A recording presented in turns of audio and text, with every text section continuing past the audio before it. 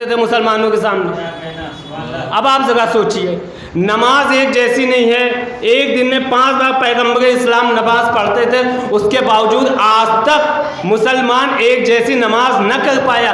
بھائی ایک ہی تو صحیح ہوگی، چاہے جو صحیح ہو۔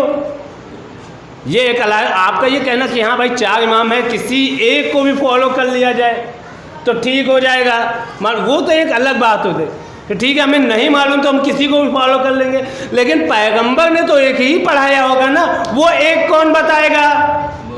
وہ ایک تو پتہ ہونا چاہیے ایکچوئل کیا چیز ہے۔ جب ہم اصل کو نہیں پکڑ پائیں گے تب ہمیں نقلی چاہیے ہوگی۔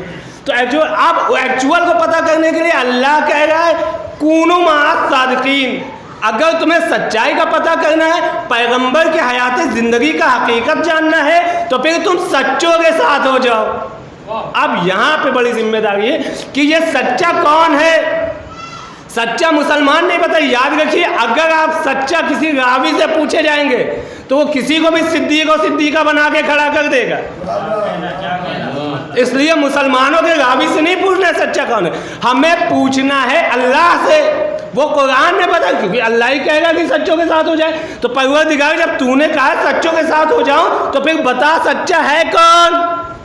جب تک ہمیں پتہ ہی نہیں چلے گا کہاں سے سچوں کا پتہ ہوگا۔ اب اللہ کہہ رہا ہے، آئے موبائل آپ کے سامنے پیش کی تو اللہ فمن ذاکا ما جا فیہ من العلم، اے حبیب جب ان کے پاس ہدایت آ گئی، فمن ہاتھ جا کا یہ تم سے حجتیں کرتے ہیں، ہاتھ جا کا حجت کرتے ہیں، ما جا فیہ من العلم علم کے آنے کے باوجود بھی، یعنی علم آ گیا ہے اس کے باوجود بھی حجت کر گئے، تو کیا کہو؟ فقل، تو اب ان سے کہو ندعو ابنانا و ابناکم ونسانا و نساکم وانفسنا و انفسکم ثم نبتہل فنجعل لعنۃ اللہ علی القوم الکاذبین۔ اب آپ ذرا سوچئے کہ اب تک جو بحث ہو گئی تھی عیسائیوں سے وہ کس سے ہو گئی تھی، اور رسول ان کو کیا پیش کر گئے تھے؟ عیسائیوں کا دعویٰ یہ تھا کہ حضرت عیسیٰ علیہ السلام خدا کے بیٹے ہیں، اور وہ اس میں ان کی غلطی بھی کوئی نہیں ہے، ان کی کتابوں میں یہ لکھا ہوا کہ جب حضرت عیسیٰ علیہ السلام جانے لگے 4تھے آسمان پہ تو ان کے 12 حواریوں میں سے ایک حواری ان کے ساتھ تھا، انہوں نے پوچھا حضور آپ کہاں جا رہے؟ تو انہوں نے بڑھ کے کہا کہ مجھے میرا باپ ایلیا لینے آیا۔ اور ایلیا ہوا کیا تھا کہ وہ جس جگہ پہ بیٹھے ہوئے تھے آسمان سے ایک نور ساتھ ہوا تھا، وہ نور زمین تک آیا تھا، اور اسی نور میں حضرت عیسیٰ علیہ السلام جانے لگے، تبھی اس حواری نے پوچھا کہ آپ کہاں جا رہے؟ اس حواری سے حضرت عیسیٰ علیہ السلام نے کہا کہ مجھے میرا باپ ایلیا لینے آیا ہے، کے بعد اس نور میں وہ حضرت عیسیٰ علیہ السلام غائب ہو گئے۔ اب وہ حواری نے سنا، وہ کہنے لگے کہاں گئے؟ کہا ان کا باپ لے گیا ان کو جس نے بھیجا تھا۔ اب ایلیا کو وہ خدا سمجھ بیٹھے، خدا کی قسم ہم کو بھی نہ پتہ چلتا، کیونکہ قرآن میں تو یہی لفظ موجود، کیا نام ہے انجیل میں تو یہی لفظ موجود ہے کہ ایلیا لینے آیا تھا۔ اگر منبر کوفہ سے حضرت علی یہ نہ فرماتے انا ایلیا من انجیل، یاد رکھو میں انجیل کا ایلیا ہوں، وہ خدا نہیں تھا جو لینے آیا تھا، وہ علی تھے جو لینے آئے تھے، صلوات بر محمد و آل محمد۔ اب حضور تو اب جب انہوں نے کہا کہ اللہ حضرت عیسیٰ علیہ السلام خدا کے اللہ کے بیٹے ہیں، تو رسول نے اس کے لیے ان کو مثالیں تو دی ہوں گی، ایسا نہیں ہے کہ نہ دیا ہو مثال۔ 3-4 دن سے مسلسل بحث چل رہا تھا، تو رسول نے قرآن سنایا انہیں کہ دیکھو حضرت عیسیٰ کی مثال بالکل آدم کی طریقے سے ہے، کہ جو اللہ بنا ماں باپ کے آدم کو خلق کر سکتا ہے، کیا اس کے قدرت میں اتنا نہیں کہ بنا باپ کے عیسیٰ کو خلق کر دے؟ عزیزان گرامی مگر عیسائیوں نے نہیں مانا، حضرت عیسیٰ علیہ السلام کے ماننے والوں نے محمد عربی سے زبان سے قرآن سنا، اس کے باوجود بھی نہیں مانا، حجت کرتے گئے۔ تو اب پتہ یہ چلا کہ جب قرآن ناکافی ہو جاتا ہے تو کسی نہ کسی کا سہارا لینا ضروری ہو جاتا ہے۔ عزیزان گرامی وہ سہارا کون تھا؟ فَقُلْ تَعَالَىٰ نَدْعُو أَبْنَاءَنَا وَأَبْنَاءَكُمْ وَنِسَاءَنَا وَنِسَاءَكُمْ وَأَنفُسَنَا وَأَنفُسَكُمْ ثُمَّ نَبْتَهِلْ فَنَجْعَلْ لَعْنَةَ اللَّهِ عَلَى الْقَوْمِ الْكَاذِبِينَ۔ تم لے کے آؤ اپنے بیٹوں کو، ہم لاتے ہیں اپنے بیٹوں۔ ذرا سوچئے کہ رسول کا تو بیٹا ہی کوئی نہیں، اللہ سے زیادہ اس بات کو کون جاننے والا ہوگا کہ میں نہیں دینے والوں، میں نے دیا ہی نہیں ہے، جسے دیا تھا اسے واپس لے لیا۔ ان کے پاس بیٹا ہی کوئی نہیں ہے